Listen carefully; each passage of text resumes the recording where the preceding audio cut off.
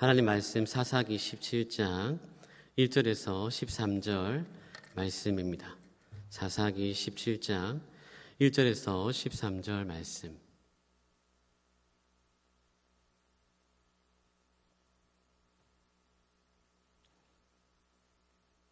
구역 390페이지.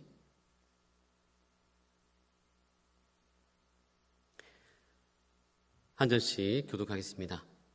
에브라임 산지에 미가라 이름하는 사람이 있더니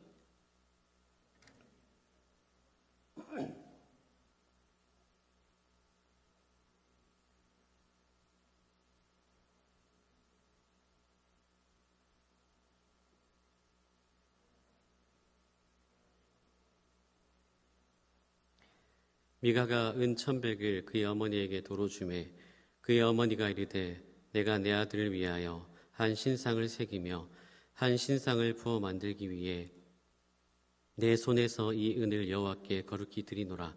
그러므로 내가 이제 이 은을 내게 도로 주리라.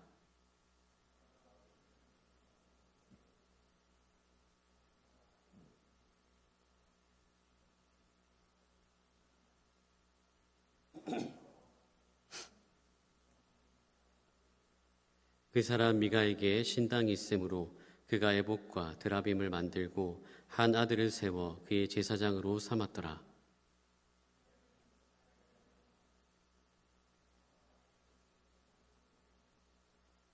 유다 가족에 속한 유다 베들레헴에 한 청년이 있었으니 그는 레위인으로서 거기서 거류하였더라.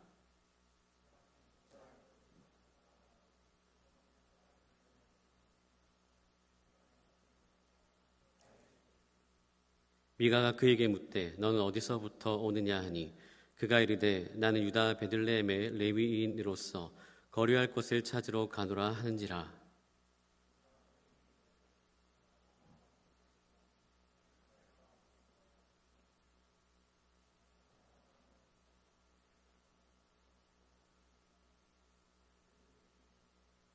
그 레위인이 그 사람과 함께 거주하기를 만족하게 생각했으니 이는 그 청년이 미가의 아들 중 하나같이 됨이라.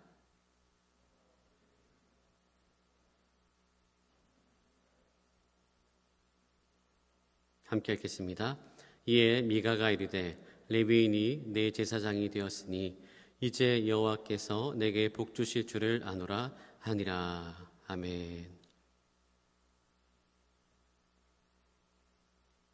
할렐루야. 네, 잘 지냈습니까?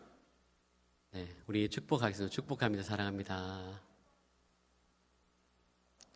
네, 혹시 보아스는 이렇게 한 명씩 앉기로 되어 있나요? 앉는 자리가 원래 이렇게 좀 하이파이브 하고 싶은데 다들 한 명씩 이렇게 떨어져 있어가지고 네, 다음에는 좀 이렇게 좀 같이 이렇게 순위 있지 않습니까? 그렇죠? 네, 그래서 좀 같이 이렇게 좀 앉아서 이렇게 하이파이브도 하고 야기만 이렇게 하기엔 좀 그렇지 않아요, 맞죠? 다음엔 그렇게 앉으면 참 좋겠다는 생각이 듭니다. 제가 개인적인 생각입니다. 여러분 뭐라 하는 게 아니고요. 제가 제안한 겁니다. 여러분 우리가 말씀을 듣다 보면 진짜 사모한 사람들, 닮아가는 사람들이 어떻게 반응하냐면 마음에 찔림이 있어요. 그 말씀을 듣는 가운데 찔림이 있고 그 찔림이 있으면 뭐가 있을까요? 회개가 있겠죠. 회개. 내가 이렇게 살면 안 되겠구나. 내가 지금 잘못 살고 있구나. 반응이 나오게 됐어요. 반응.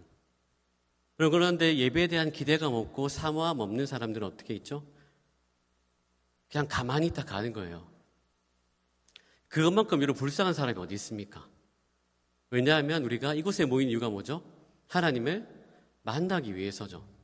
하나님 만나기 위해서 우리가 찬양하고 예배하고 높이고 그래서 말씀을 통해 하나님께서 우리에게 말씀하시는데 중요한 것은 반응해야 돼요.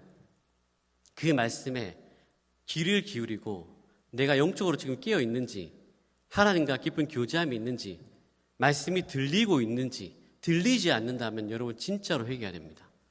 왜냐하면 하나님의 말씀을 통해서 말씀해 주시는 분이기 때문에 바라고 원하는 것은 우리 악인 보아스 청년들이 하나님의 말씀이 들려지기를 주님의 이름으로 축복합니다. 들려야 됩니다, 여러분. 하나님께서 말씀하십니다. 자, 오늘 본질을 잃어버린 결과라는 제목으로 말씀을 나누겠습니다. 어떤 젊은 부부가 결혼 기념일을 맞아서 고급 향수를 선물 받았어요. 이 향수병은 반짝이는 유리로 되어 있었고 금색 장식이 더해져서 보기 굉장히 아름다웠습니다. 향수 자체도 고급스러운 향수로 가득 차 있어서 방 안 가득히 퍼질 때마다 좋았습니다. 젊은 부부는 이 고급 향수를 그냥 아무 때나 쓰는 게 아니고 중요한 날이나 중요한 사람을 만날 때만 사용했습니다. 여러분, 계속 쓰다 보니까 향수가 점점 줄어들었고 결국 다 써버렸습니다. 그러나 향수병을 버릴 수는 없었어요. 왜냐하면 그 향수병이 아름다웠기 때문이죠. 친구들이 집에 놀러 왔습니다. 그중 한 친구가 화장대 위에 있는 그 고급 향수병을 보고 감탄합니다. 이거 고급 향수병 같은데? 향도 좋을 것 같은데 뿌려봐도 돼? 그러자 부부는 웃으면서 대답합니다.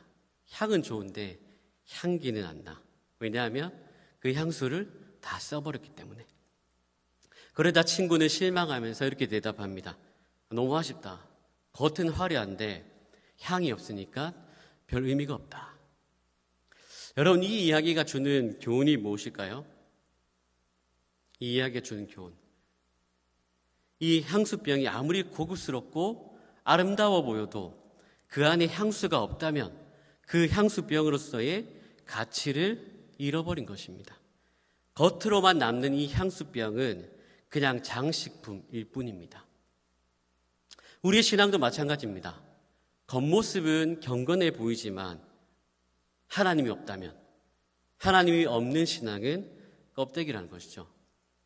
사랑하는 여러분, 우리 신앙의 본질이 무엇입니까? 신앙의 본질. 여러분, 예수님을 믿고 나면 바뀌는 것이 있습니다. 뭐가 바뀌죠? 얼굴이 바뀌나요? 아니죠. 주인이 바뀝니다. 주인. 예수님 믿기 전에는 누가 주인이죠? 내가 주인이었어요. 그러나 예수님을 믿는 순간 내가 주인이 아니라 예수님이 주인이죠. 그래서 예수님이 주인이시고 예수님이 왕이시기 때문에 그 예수님의 통치와 다스림을 받는 삶을 살아가게 되는 것이죠. 할렐루야. 이것이 바로 신앙의 본질입니다. 예수님이 우리의 왕이십니다. 하나님이 우리의 왕이십니다. 그런데 문제는 이 본질을 잃어버리고 있다는 사실이죠. 오늘 우리가 읽은 이 사사기 17장은 이 본질을 잃은 신앙의 대표적인 예입니다. 사사기 17장은 이 사사시대의 도덕적 타락과 종교적인 타락을 잘 보여줍니다. 특별히 사사기 17장, 21장까지는 사사들의 이야기가 아닌 당시 사회와 종교의 타락을 잘 보여주고 있는데요. 오늘 본문의 주인공, 이 미가의 모습을 통해 사사시대의 영적인 타락을 상징적으로 보여주고 있습니다. 오늘 말씀을 통해 다시 한번 우리의 신앙을 돌아보며 하나님을 나의 주인으로, 나의 왕으로 인정하며 살아가는 그 신앙의 본질을 회복하길 축복합니다. 1절에 보시면 에브라임 지파에 미가라 하는 사람이 있었습니다. 이 미가의 이름의 뜻은 뭐냐 하면 여호와와 같은 이가 누구인가 라는 뜻입니다. 이름만 보면 매우 경건한 사람처럼 보입니다. 그러나 이름과는 다르게 경건과는 거리가 먼 사람이었습니다.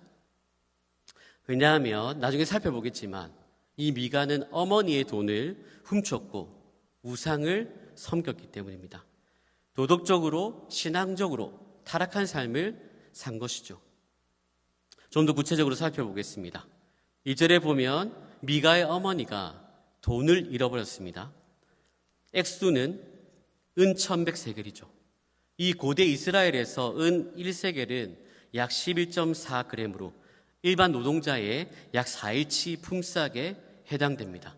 이걸 기준으로 하면 은 1100은 4400일치의 품삯으로 1년에 250일을 한다고 가정하면 약 17.6년치의 품삯입니다. 우리나라로 치면 일용직 노동자가 하루 평균 임금을 10만 원으로 받는다고 하면요, 17.6년치 임금은 약 4억 4천만 원입니다. 별로 놀라지도 않네요. 4억 4천만 원. 저한테 주면 좋겠어요. 여러분, 4억 4천만 원. 이 은천백은 사사기 16장에서 블레셋 방백들이 각자 들릴라에게 주겠다고 약속한 돈의 액수이기도 합니다. 큰 금액이죠. 그런데 중요한 것은 무엇이죠? 이 큰 돈을 미가의 어머니가 잃어버렸다는 겁니다. 잃어버렸다는 것은 분실하였다는 뜻이죠. 그러나 히브리어 본문은 문자적으로 가져감을 당했다는 뜻으로 분실이 아니라 도둑 맞은 것을 의미합니다. 즉 미가의 어머니는 돈을 도둑 맞은 것이죠. 도둑이 훔쳐간 것입니다. 그래서 미가의 어머니가 어떻게 했습니까? 범인이 누구인지 모르는 상태에서 그 사람을 저주했다는 것입니다. 그런데 놀랍게도 돈을 훔쳐간 도둑이 누굽니까? 아들 미가입니다. 미가가 어머니에게 이렇게 고백하죠. 자, 2절 보시면 같이 2절 우리 읽겠습니다. 그의 어머니에게 이르되 어머니께서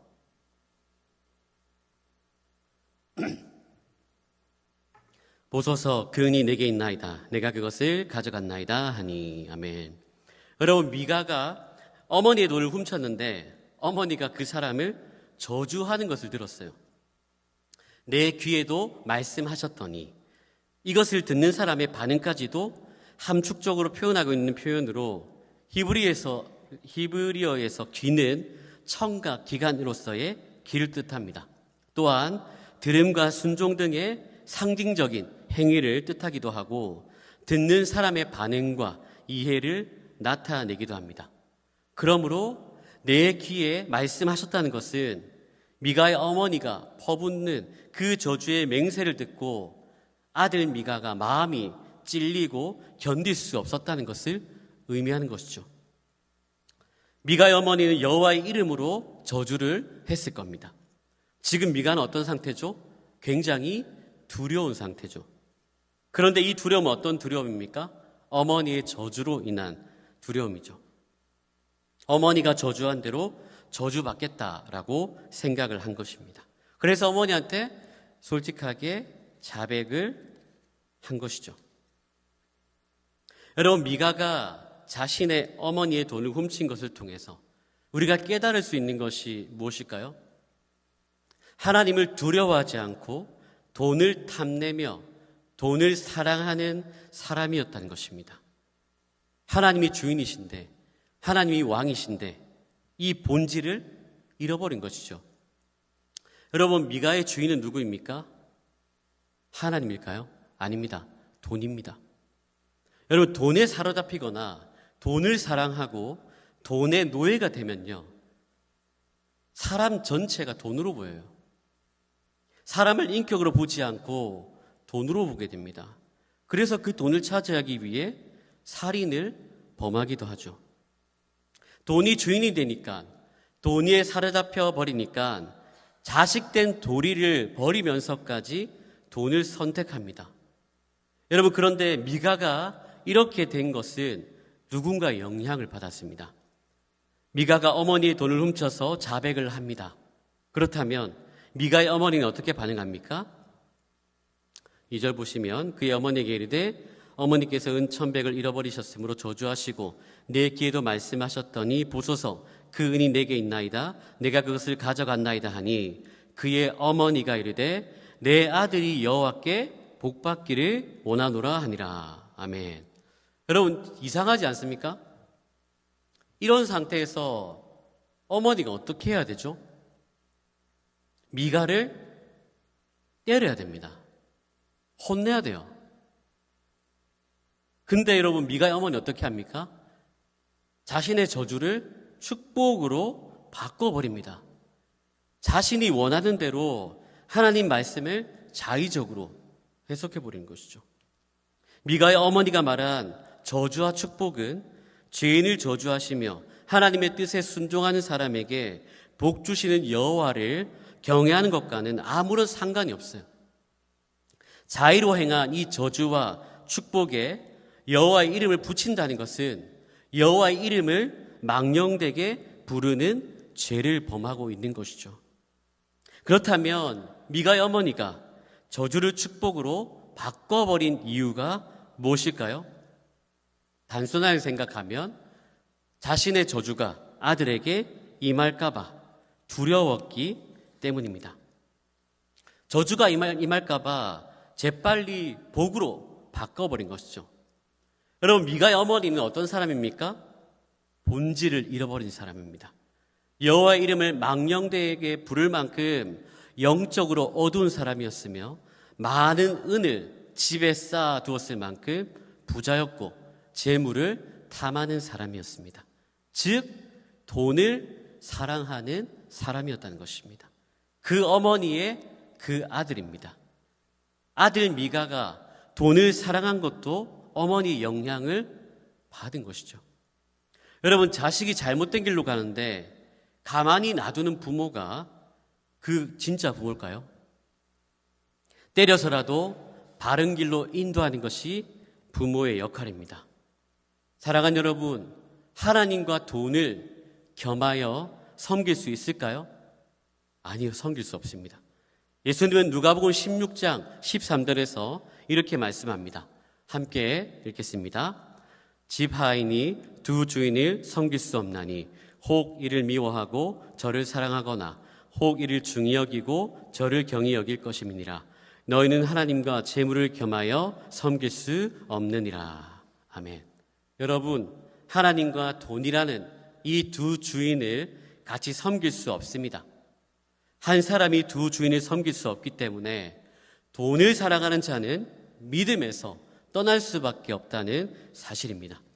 또한 사도 바울은 디모데전서 6장 10절에서 이렇게 말씀합니다. 우리 자막을 보면서 함께 읽겠습니다. 돈을 사랑함이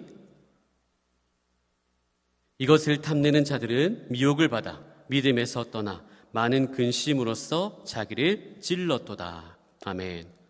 돈을 사랑하면 사랑할수록 믿음에서 떠나고 오히려 더 큰 근심과 고통을 당하게 되는 것이죠.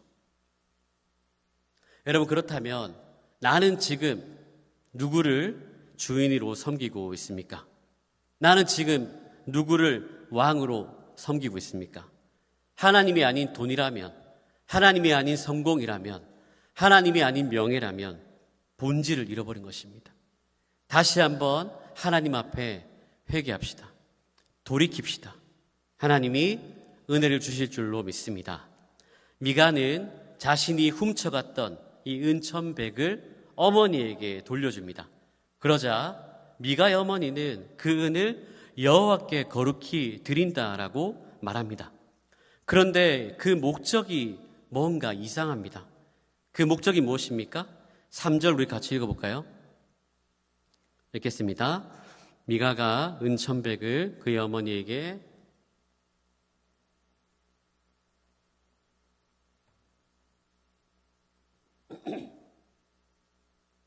이 은을 여호와께 거룩히 드리노라. 그러므로 내가 이제 이 은을 내게 도로 주리라. 아멘. 여러분, 목적이 뭐죠? 하나님께 드린다고 하지만 내 아들을 위하여 한 신상을 새기며 한 신상을 부어 만들기 위한 것이 목적입니다. 여러분, 여호와를 위한다고 하지만 실제로는 아들을 위해 우상을 만드는 것입니다. 여호와 이름으로 우상을 만들었습니다. 여러분, 잘못된 신앙이죠. 이것은 혼합적인 신앙입니다. 하나님께 예물을 바치는 이 신앙 행위와 우상을 만드는 행위가 동시에 이루어짐으로써 섞여버린 것이죠. 이런 비슷한 장면이 있습니다. 출애굽기 32장에 나오는 금송아지 사건입니다.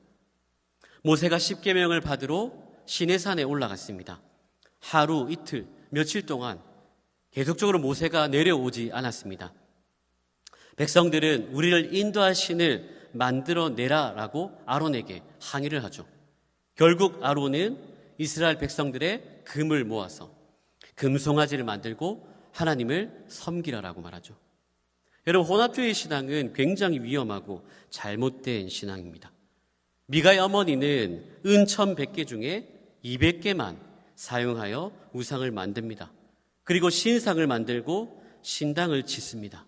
뿐만 아니라 에봇과 드라빔을 만드는데요. 이 에봇은 제사장의 겉옷으로 하나님의 뜻을 묻는 데 쓰는 도구였습니다. 드라빔은 점을 치는데 사용했던 작은 신상입니다. 미가는 신상들과 에봇과 드라빔을 만들었는데 한 가지 없는 것이 있었습니다. 무엇이죠? 바로 제사장입니다. 여러분, 제사장은 제사를 주관할 뿐만 아니라 이 에봇을 사용해서 하나님의 뜻을 묻고 알려주는 역할을 했습니다. 굉장히 중요한 역할이죠. 그런데 제사장이 없었어요. 그래서 어떻게 합니까? 자기 아들을 제사장으로 만들었습니다. 여러분, 질문해 보겠습니다. 제사장은 무슨 지파가 할 수 있습니까? 예? 네. 제 힌트 줬네, 방금. 레위 지파. 레위 지파입니다, 레위 지파. 미가는요, 무슨 지파일까요? 에브라임 지파입니다, 에브라임 지파. 아들도 당연히 에브라임 지파겠죠. 여러분, 하나님이 원하시는 모습일까요? 아닙니다. 하나님이 싫어하시는 모습입니다. 하나님이 철저하게 금지하신 방식입니다. 거기에다가 우상숭배는 하나님이 너무나도 싫어하시는 거죠. 여러분, 결국 집 신당에 있던 우상들은 나중에 단 지파가 강탈해서 그들 지파의 우상으로 섬기게 됩니다. 이후에 단 지파가 세운 이 신당은 이스라엘의 주요 우상 숭배지가 됩니다. 이처럼 한 개인의 우상이 한 지파의 우상으로 더 나아가서 북이스라엘의 우상으로 자리매김하면서 여호와 중심의 신앙을 완전히 무너뜨린 겁니다. 여러분, 지금 미가는 자기 마음대로 예배를 드리고 있는 것입니다. 미가는 잘못된 신앙으로 여호와 하나님을 섬긴다고 하면서 우상을 섬기고 형상을 통한 거짓 예배를 드린 것이죠. 미가가 우상에게 절하고 형상을 통해서 드린 예배는 하나님께서 인정하시지 않는 거짓 예배이며 하나님께서 3, 4대에 이르기까지 미워하신다고 경고하신 금지하신 예배입니다. 여러분, 본질을 잃어버리면 점점 형식화됩니다. 예배당은 화려하고요, 번쩍번쩍 빛이 나고 형식이 갖추어져 있지만 그 속에는 뭐가 없습니까? 하나님이 계시지 않습니다. 하나님의 임재가 없어요. 하나님이 없는 예배, 하나님의 임재가 없는 예배는 실패한 예배입니다. 우리는 이런 예배를 드려서는 안 된다는 것입니다.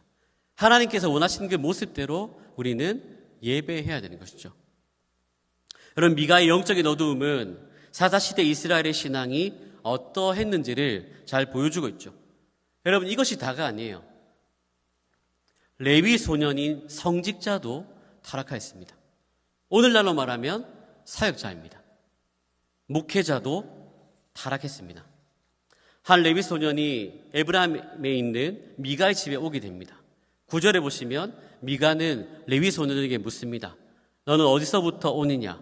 그러자 그는 나는 유다 베들레헴의 레위인으로서 거할 곳을 찾으러 갑니다 라고 대답을 합니다. 무슨 말씀이죠?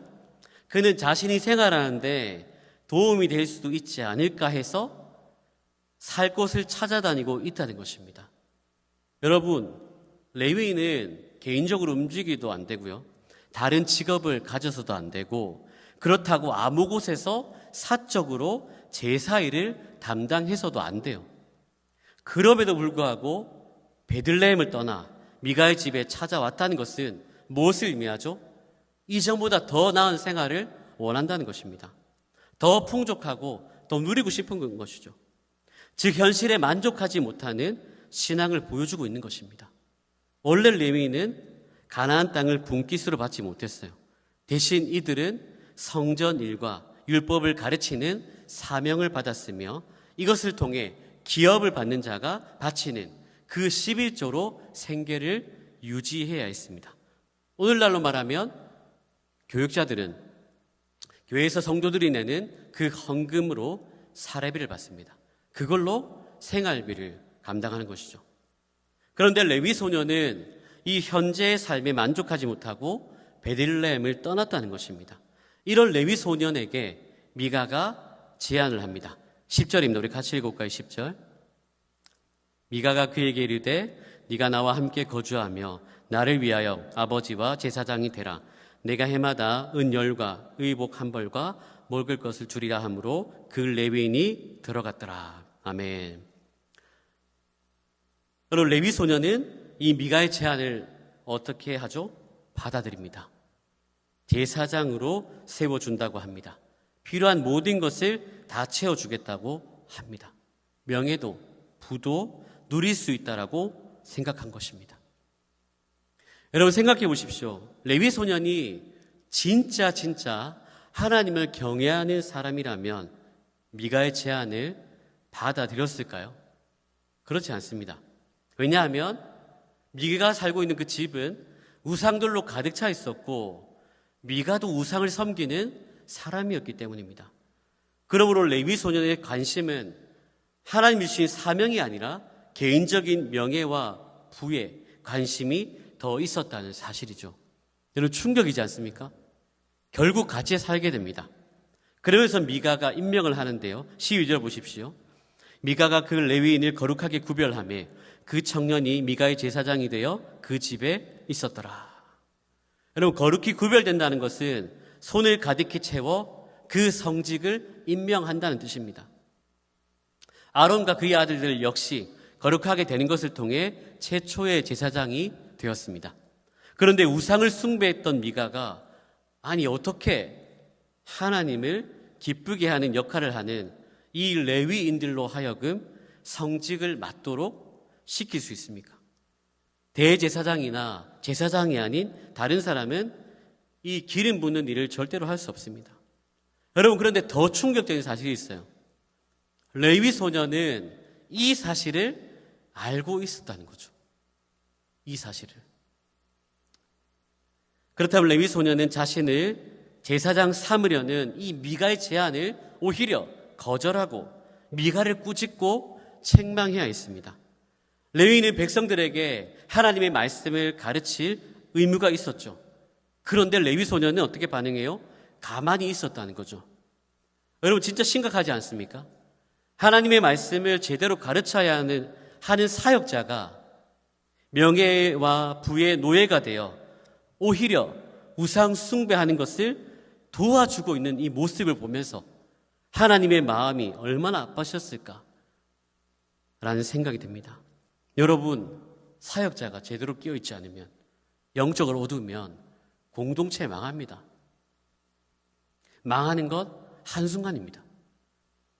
여러분, 그래서 여러분 특별히 우리 초량교회, 우리 담임 목사님 위해서 기도해 주셔야 됩니다. 우리 부교육자들을 위해서 기도해 주셔야 돼요. 특별히 저와 우리 강 목사님 위해서 여러분 기도해 주셔야 됩니다. 현실에 안주하거나 타협하지 않도록 여러분 성령 충만하도록 기도해 주시길 축복합니다. 그러면서 미가는 이렇게 고백합니다. 13절 같이 읽어볼까요? 13절입니다. 이에 미가가 이르되 레위인이 내 제사장이 되었으니 이제 여호와께서 내게 복 주실 줄을 아노라 하니라. 아멘. 이제 여호와께서 복 주실 줄 안다. 이것은 미가가 아들을 제사장으로 삼았던 것에 아쉬움을 느끼고 있었다는 것을 보여줍니다. 왜 그렇습니까? 자신의 아들이 레위인이 아니었죠. 그런데 이제는 레위인을 자기 집안의 제사장으로 세웠기 때문에 여호와께 복을 받는 일만 남았다라고 생각하는 것입니다. 여러분, 과연 하나님 복 주실까요? 착각입니다. 신상들을 새겨서 부어 만들고 제사장과 에봇을 두고서 겉으로 보이는 형식만 그럴싸하게 만드는 것은 진정한 예배 아닙니다. 진정한 신앙 아닙니다. 진정한 믿음 아닙니다. 하나님이 기뻐하신 참된 예배 아닙니다. 여러분, 미가에게 하나님은 어떤 분이십니까? 하나님이 삶의 목적이 아니라 자신을 축복해 주는 도구에 불과합니다. 자신의 성공을 이루는 수단에 불과하다는 것입니다. 여러분, 하나님은 어떤 분이십니까? 여러분들에게 있어서 하나님은 어떤 분이세요? 하나님이 나의 삶의 목적이십니까? 아니면 나를 축복해주고 나의 성공을 이루어주고 도와주는 도구입니까? 수단입니까? 다시 한번 회개하며 돌이킵시다. 하나님이 나의 삶의 목적입니다. 하나님이 나의 삶의 이유입니다. 하나님이 나의 전부입니다. 이런 고백과 삶이 회복되길 축복합니다. 결론입니다. 미가의 이런 모습은 사사시대에 살았던 이스라엘 백성들의 무질서와 영적인 타락을 잘 보여주고 있는데요. 그 이유가 무엇입니까? 6절입니다. 우리 6절 같이 읽겠습니다. 그때에는 이스라엘에 왕이 없었으므로 사람마다 자기 소견에 옳은 대로 행하였더라. 아멘. 사랑하는 여러분, 이스라엘에 왕이 없었습니까? 아니요, 있었습니다. 왕이 누굽니까? 하나님이 왕이셨죠. 하나님. 그러나 이스라엘 백성들은 하나님을 왕으로 인정하지 않았습니다. 자기 자신이 왕이라고 생각하고 자기들이 하고 싶은 대로 편의에 따라 마음대로 행동했다는 것입니다. 즉 자신이 모든 것을 판단하는 기준이었습니다. 여러분, 지금 시대가 바로 사사시대입니다. 하나님을 왕으로 인정하지 않고 부인하며 살아가는 시대. 실제로 우리가 이렇게 살아가고 있지 않습니까? 여러분, 하나님만 사랑하고 계십니까?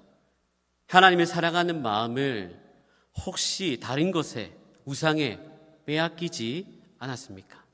하나님을 왕으로 인정하지 않고 하나님이 아닌 다른 우상에 빼앗긴 것 자체가 신앙의 본질을 잃어버린 것입니다. 여러분, 신앙의 본질을 잃어버린 결과가 어떻습니까? 비참하지 않습니까? 이렇게 미가처럼 사는 게 하나님 보시기에 잘 사는 겁니까?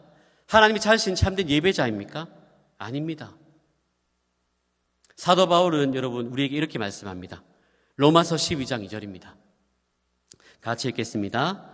너희는 이 세대를 본받지 말고 오직 마음을 새롭게 함으로 변화를 받아 하나님의 선하시고 기뻐하시고 온전하신 뜻이 무엇인지 분별하도록 하라. 아멘. 사랑하는 여러분, 영적인 잠에서 깨어납시다. 말씀을 통해서 다시 한번 우리 마음이 변화를 받아서 은혜를 받아서 영적인 분별력을 가지고 하나님을 기쁘시게 하며 하나님의 뜻대로 살아갑시다. 그럴 때 하나님께서 주신 사명을 잘 감당하게 될 줄로 믿습니다. 이런 복된 여러분들 되시길 주님의 이름으로 축복합니다. 아멘.